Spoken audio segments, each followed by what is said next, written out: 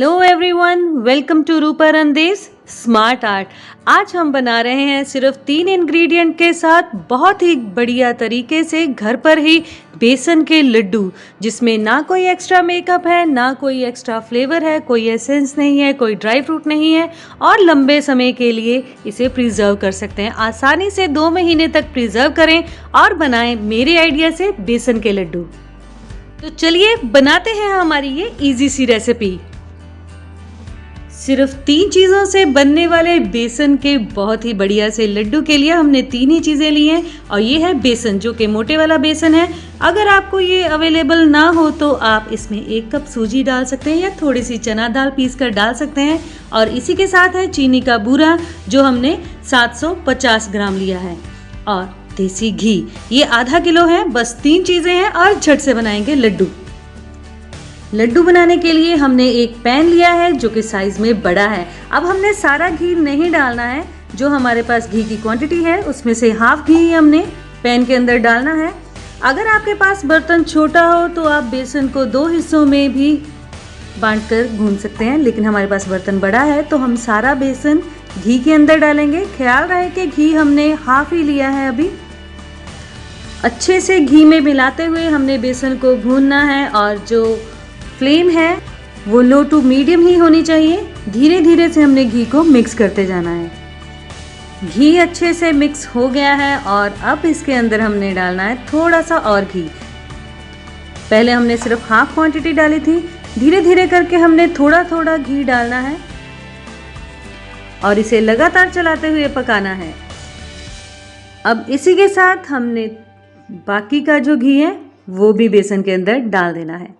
बस इसे लगातार चलाते हुए लो टू मीडियम फ्लेम पे हमने इसे भूनते जाना है। इसी तरह से घी को मिक्स करना है। 15 से 20 मिनट तक लगातार भूनने के बाद बेसन का टेक्सचर पूरी तरह से चेंज हो चुका है और जो बेसन है उसने घी काफ़ी हद तक रिलीज़ कर दिया है। और बस इसी तरह से हमने इसे थोड़ा और पकाना है। बेसन ने पूरी तरह से घी रिलीज़ कर दिया है और अब ये अपनी फाइनल स्टेज पे है। इसी के साथ फ्लेम को बंद कर देना है। फ्लेम के बंद होने के बाद हमने इसे इसी तरह से अगले 10 मिनट के लिए चलाते रहना है, क्योंकि बर्तन अभी बहुत ज़्यादा गर्म है। अगर हम इसे ऐसे छोड़ देंगे तो बेसन जल जाएगा। और इसी तरह से 10 मिनट तक और हिलाएंगे। 10 मिनट तक ठंडा कर लेने के बाद अब बेसन हल्का गर्म है, पूरी तरह से रूम टेम्परेचर पे नहीं है, हल्का गर्म है। और अब इसके अंदर ऐड करेंगे शुगर बूरा।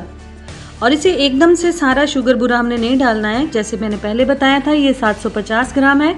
इसे थोड़ा थोड़ा डालकर मिक्स करना है। अगर आप हल्का मीठा चाहते हैं तो घी थोड़ा कम डालें, तभी जो शुगर बूरा है वो अच्छे से मिक्स होगा और लड्डू अच्छे से बनेंगे।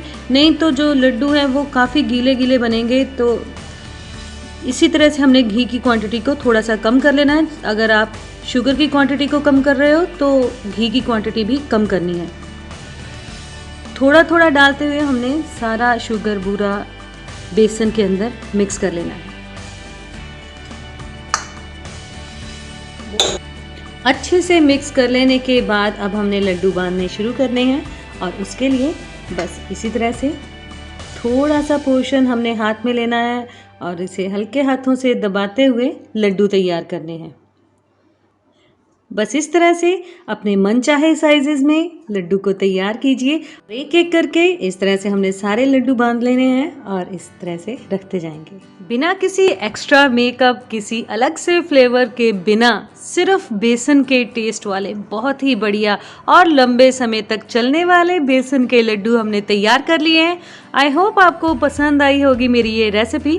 ज़रूर लाइक कीजिएगा, शेयर कीजिएगा और सब्सक्राइब कीजिएगा मेरे चैनल को। Thank you.